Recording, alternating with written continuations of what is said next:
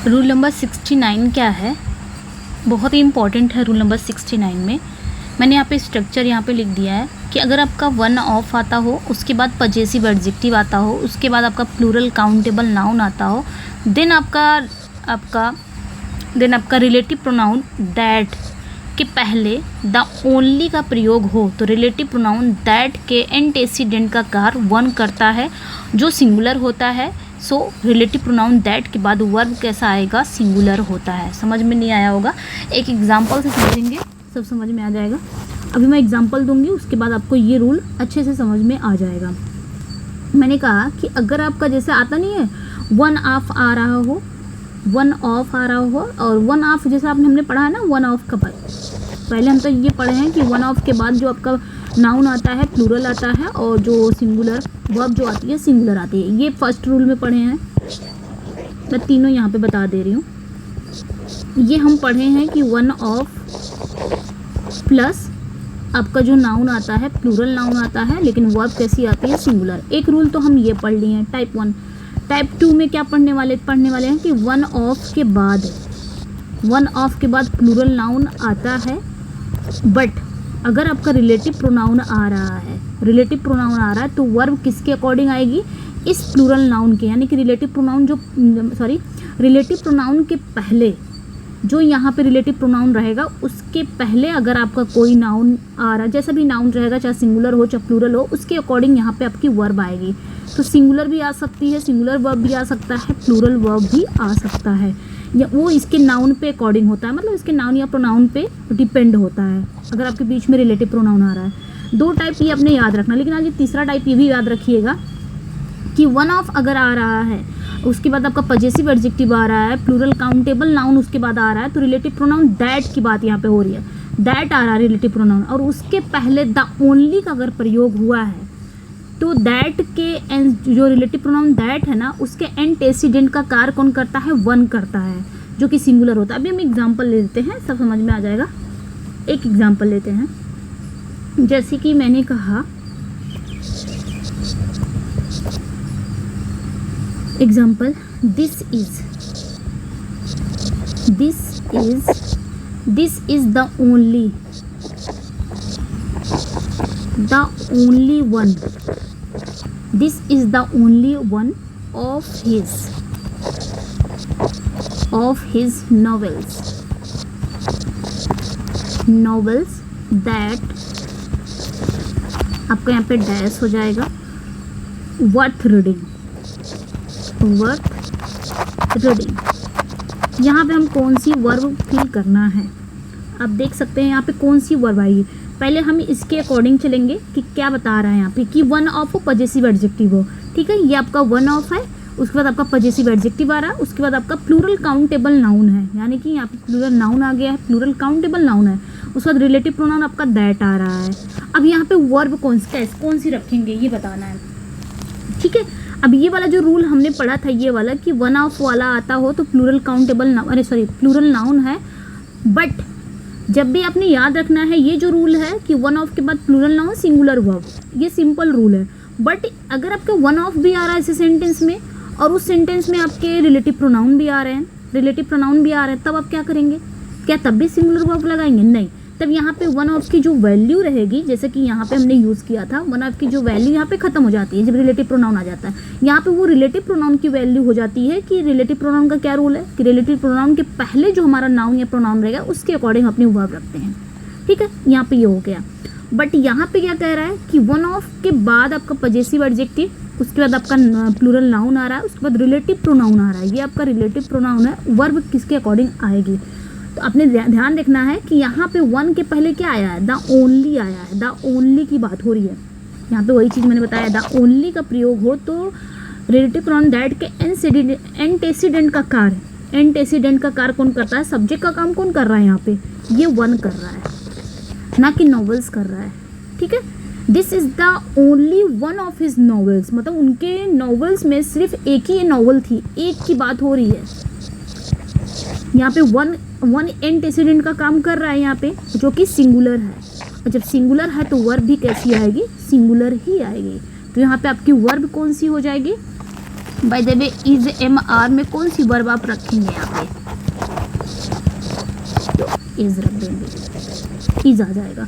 This is the only one of his novels that is worth reading, ये आपने ध्यान रखना है। जब भी इस टाइप के क्वेश्चन आते हैं ना तो आपने ध्यान रखना है। यहाँ पे मैंने बताया दिया है, यहाँ पे मैंने बता दिया है कि वन ऑफ वाला 3 टाइप का, 2 टाइप का तो पूछा ही जाता है, तीसरा टाइप भी अपने याद रख लेना है कि वन ऑफ के पहले द ओनली अगर आ रहा है और वन ऑफ का सेम वही चीज़ है, वन ऑफ आया उसके बाद पजेसिव एडजेक्टिव आ रहा है, उसके बाद नाउन आया, तो वर्ब उसमें अगर आपका रिलेटिव प्रोनाउन आ रहा है तो वर्ब किसके अकॉर्डिंग रखेंगे। अब हम लोग क्या करते हैं कि ये सेकंड वाला रूल कर लेंगे कि चलिए यहाँ पे तो देखे थे वन ऑफ है, प्लूरल नाउन है, रिलेटिव प्रोनाउन आएगा तो इसकी तो वैल्यू खत्म हो जाएगी, इसके अकॉर्डिंग तो नहीं होगा, लेकिन हाँ रिलेटिव प्रोनाउन के पहले जो नाउन या प्रोनाउन आएगा उसके अकॉर्डिंग अपने वर्ब रखेंगे, यहाँ पे रख देंगे। तो यहाँ पे जो रूल है ये अलग हो जाएगा, यहाँ पे आपको सिंगुलर ही रखना है, भले ही यहाँ पे रिलेटिव प्रोनाउन आया है, यहाँ पे आपका वन जो है ये एंटेसिडेंट का काम कर रहा है, ठीक है, जो कि सिंगुलर है, और सिंगुलर यहाँ पे आपकी वर्ब हो जाएगी। एक और ले लेते हैं एग्जाम्पल जिससे आपको ईजिली समझ में आ जाए, ठीक है। 1 मिनट, जैसे कि मैंने एक एग्जाम्पल लिखा, दिस इज, जब भी आपका दिस मतलब ओनली वन की बात आ जाए तब आप वहाँ पे ऐसा कर सकते हैं, this is the only one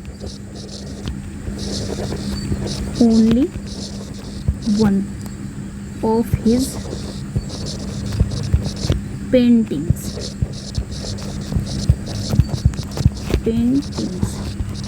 ठीक है, that dash remarkable,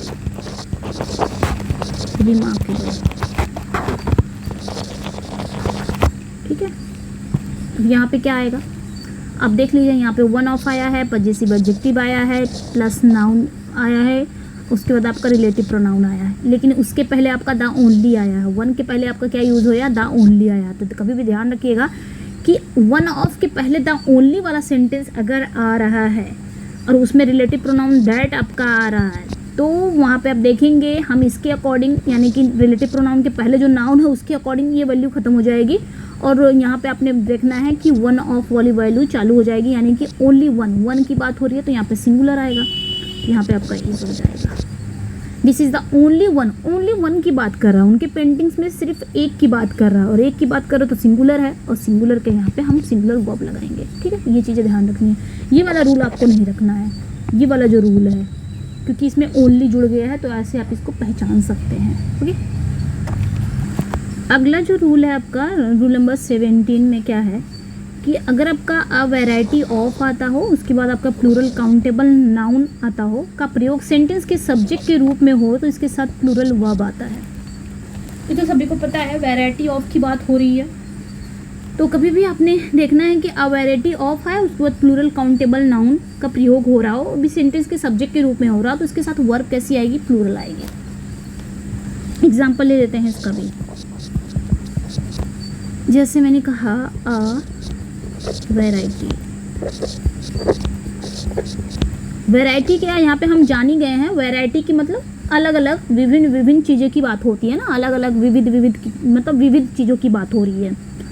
a variety of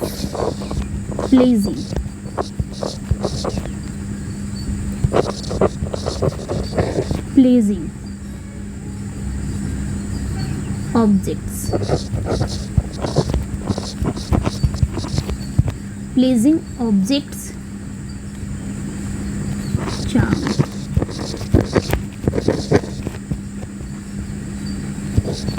या चार्म्स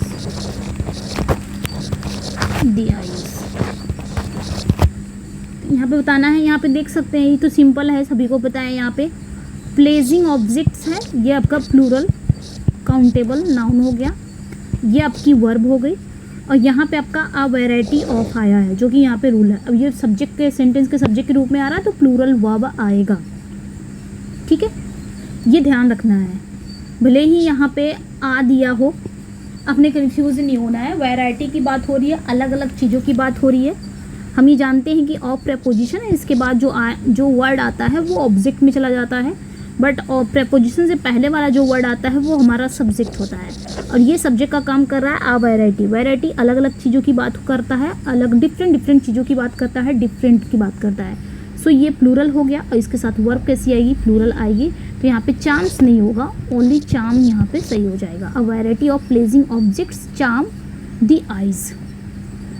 ठीक है, चार्म्स नहीं होगा, ये ध्यान में रखना है। ओके, अब यहाँ पे ये क्वेश्चन उठ जाता है। ओके, ये चीज़ मैं यहाँ पे लिख दे रही हूँ जिससे आपको इजी हो जाए। 1 मिनट, यहाँ पे मैं लिख दे रही हूँ, अगर आपका आ वैरायटी आता है,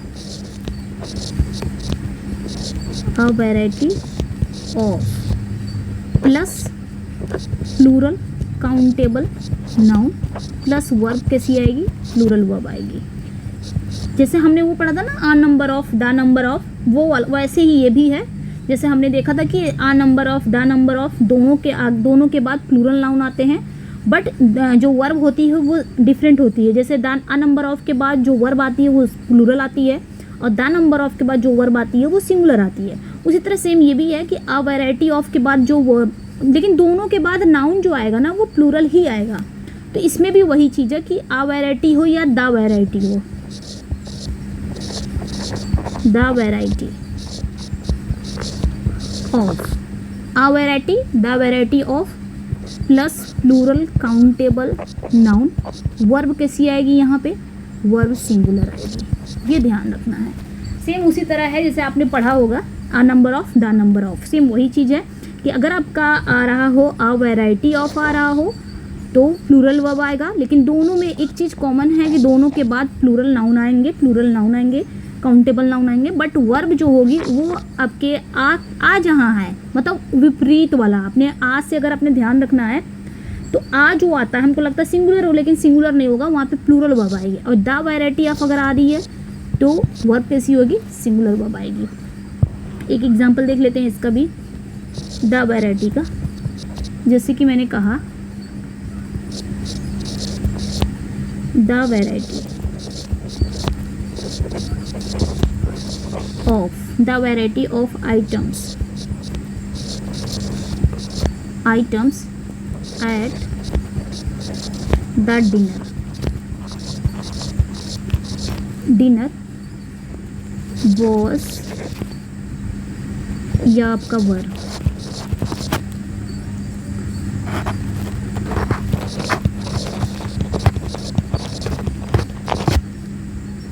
सेलिस्ट बाय ऑल। अब यहाँ पे बताना है सेंटेंस, यहाँ पे देख सकते हैं द वैरायटी ऑफ आया है, उसके बाद आपका जो द वैरायटी ऑफ, उस पर जो नाउन आया है वो आपका प्लूरल आया है। देन आपका वर्ब कैसा आएगा, सिंगुलर आएगा, तो यहाँ पे आपका वॉज करेक्ट हो जाएगा, जो कि वर्ब क्या हो जाएगा, गलत हो जाएगा। The variety of items at the dinner was relished by all. Okay, ये चीज़ें ध्यान रखनी है। तो सिंपली वही वाला है, the number of, a number of हमने पढ़ा था ना, हम ये भी बता दे रही हूँ मैं यहाँ पे, एक और रूल बता दे रही हूँ। मुझे पता है आप लोग वो पढ़े होंगे, बट यहाँ पे वही सेम रूल है ये भी, उसे हम पढ़ने वाले हैं नेक्स्ट में। जैसे मैंने कहा a number of, a number of के बाद जो नाउन आता है वो आपका प्लूरल नाउन आता है, लेकिन जो वर्ब आती है वो भी प्लूरल ही आती है आ नंबर में। The number of, the number of से अगर, मतलब अगर आ नंबर ऑफ से सेंटेंस स्टार्ट हो रहे हैं तो उसके बाद आपको नाउन कैसा मिलेगा, प्लूरल नाउन मिलेगा, लेकिन वर्ब कैसी होनी चाहिए, प्लूरल होनी चाहिए। और आ नंबर की बात कर रही हूँ मैं। अगर द नंबर ऑफ आ रहा है तो नाउन कैसा आएगा, प्लूरल, अगेन प्लूरल ही आएगा, लेकिन वर्ब कैसी आएगी, सिंगुलर आएगी। ये रूल आपने ध्यान रखना है। यही रूल सेम आपका यहाँ पे भी वैरायटी वाला है, अ वैरायटी, द वैरायटी। ठीक है, थोड़ा सा विपरीत है, ये आपने ध्यान रखना है इस चीज़ को। ओके, यहाँ पे एक वर्ड है रेलिश, इसको भी देख लेते हैं। रेलिश, रेलिश, रेलिश मीन्स क्या होता है, ये वर्ब है, रेलिश वर्ब है। इसका मतलब क्या होता है, enjoy, to enjoy, to enjoy, to get pleasure out of, यानी कि स्वाद लेना, आनंद प्राप्त करना। ठीक है, ये ध्यान रखना है। यहाँ पे मैंने बता दिया है रेलिश, क्योंकि मीनिंग भी अक्सर पूछी जाती है, तो अपने ध्यान रखना है। अगर आप एक वीडियो में मीनिंग, अब ग्रामर की वीडियो में अगर मीनिंग एक याद कर ले वही सही है। जैसे मैंने कह दिया I would relish a sweet dish now, I would relish a journey by train. ठीक है, ये चीज़ें ध्यान रखना है। ये तो हो गया मीनिंग की, टू इन्जॉय करना, to get pleasure out of. ठीक है, ये चीज़ें आपने ध्यान रखनी है। यहाँ पे हमने पढ़ लिया है बहुत सारी, बहुत ही इंपॉर्टेंट है ये, बहुत ही इंपॉर्टेंट है। यहाँ से क्वेश्चन आपके आते ही आते हैं, बहुत ही इंपॉर्टेंट है, तो ये आपने ध्यान रखना है। ये भी बहुत इंपॉर्टेंट है, सारा कुछ मैंने इसमें बता दिए हैं।